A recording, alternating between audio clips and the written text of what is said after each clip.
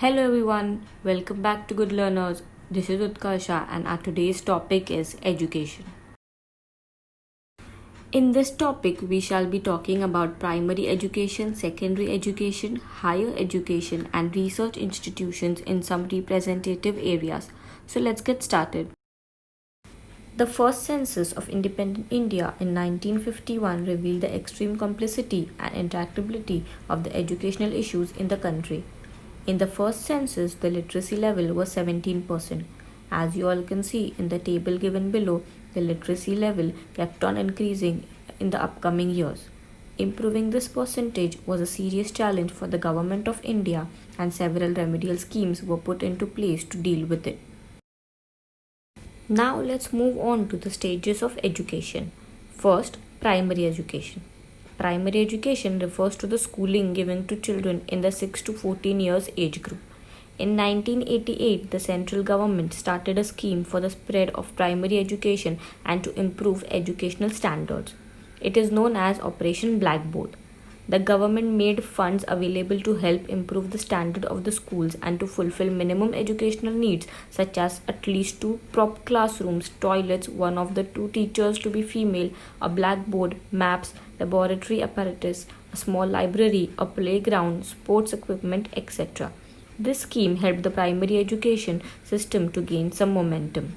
In 1994, the scheme was expanded and a provision was made for 1 additional classroom and for appointing 1 more teacher in school with an enrollment of more than 100 students, with priority given to girls' schools, schools with a majority of scheduled caste and tribe students, and schools in rural areas.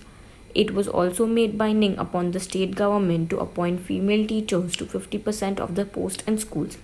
Again, in 1994, the District Primary Education Program, known as DPEP, was started with the objective of universalization of primary education.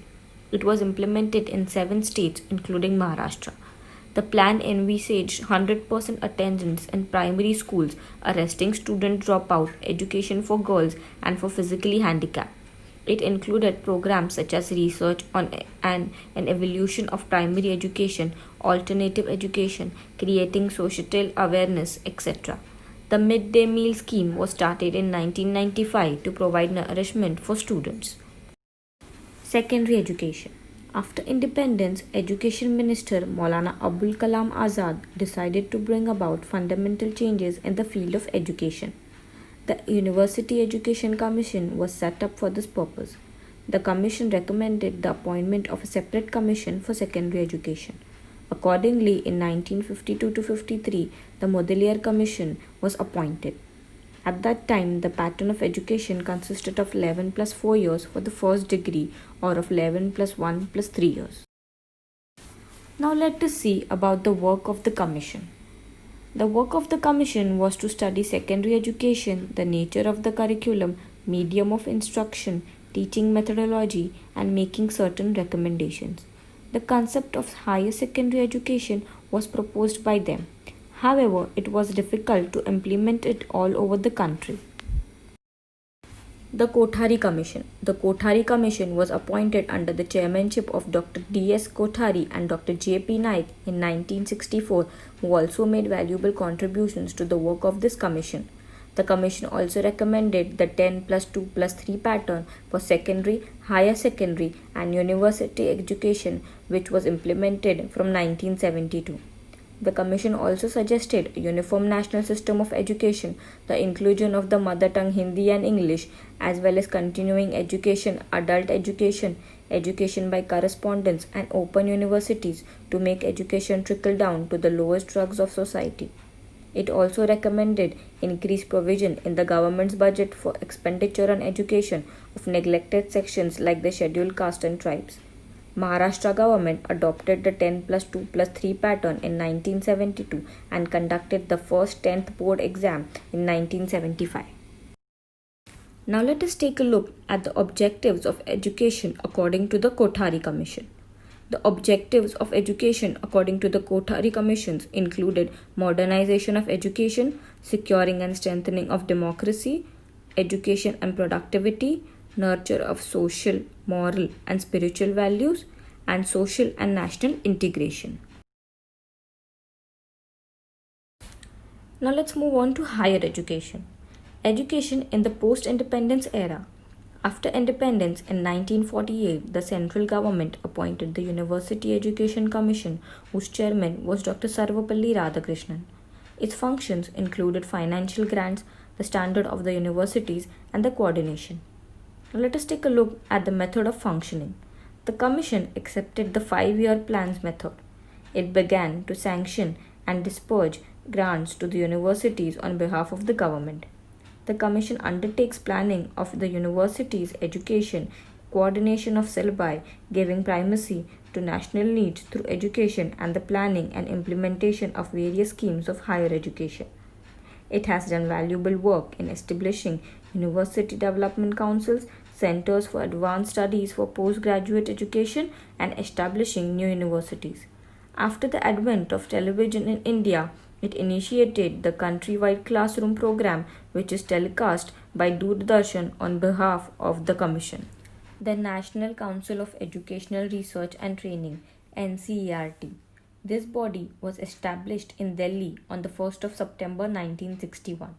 Its main objective is to help the central government in matters of school education in the context of a comprehensive policy and in implementing educational schemes.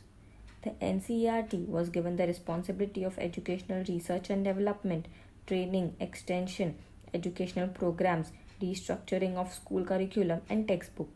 It also plays an important role in designing school curriculum and textbook with the cooperation of the Central Board of Secondary Education known as CBSE.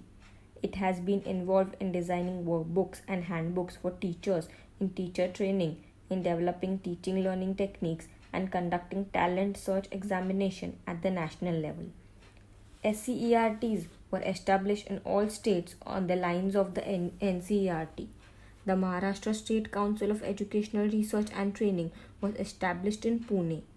This institute performs various functions such as improving the standard of primary education, in-service training of teachers, training in the areas of syllabi and evolution, vocational guidance for students after Standard 10th and Standard 12th exam, and other educational functions as well. This institute is known as the Academic Authority. It brings out a periodically called Jeevan Shikshan. The National Policy on Education 1986. According to this policy, certain changes of a fundamental nature were brought about in primary, secondary, and higher secondary education in keeping with the changing needs of society. Under this policy, a common core curriculum was framed for all states. The exception is that by this means, all students in India will get equal educational opportunity. There is scope in the national curriculum for individual states to bring in flexibility in accordance with their cultural, geographical, and historical needs. The Primary Education Curriculum 1988 was prepared on the basis of the Plan of Action designed at the national level for the effective implementation of the National Policy on Education 1986. Use of a satellite. In 1975, India met with success in its attempt to use a satellite for the purpose of education. Eknath Chitnis, a scientist with ISRO, played an important role in it.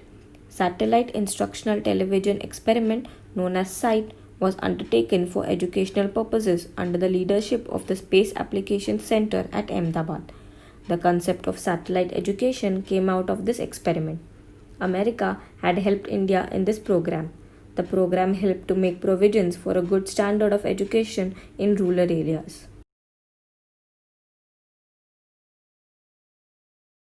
The Indira Gandhi National Open University, known as IGNOU. This Open University was established with the objective that the stream of education should make its way into every average household of the country. The United Nations had declared 1970 as the International Education Year. In the same year, a seminar was organized in New Delhi on the subject of Open University by the Government of India Departments of Education and Social Welfare, Information and Broadcasting, University Grants Commission, along with UNESCO. The idea of establishing an open university evolved in this seminar. In 1974, the government appointed a committee under the chairmanship of P. Parthasarathi, and the Open University took shape on 20th September 1985 in accordance with its recommendations and suggestions. It was named after Prime Minister Indira Gandhi. Those who are unable to get a college education in the formal way are given concessions in eligibility criteria, age, and other conditions for admissions to this university. In 1990, the IGNOU started an audiovisual distance education program through Akashvani and Doordarshan. It conducted more than 1,000 curricula of various branches.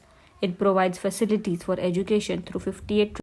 So guys, that's it for today's video. And in today's video, we saw about the main stages of education system in our country. And in the next video, we shall continue with the research institute in some representative areas. Also guys, if you like our videos, please don't forget to subscribe, like, share and comment. Thank you.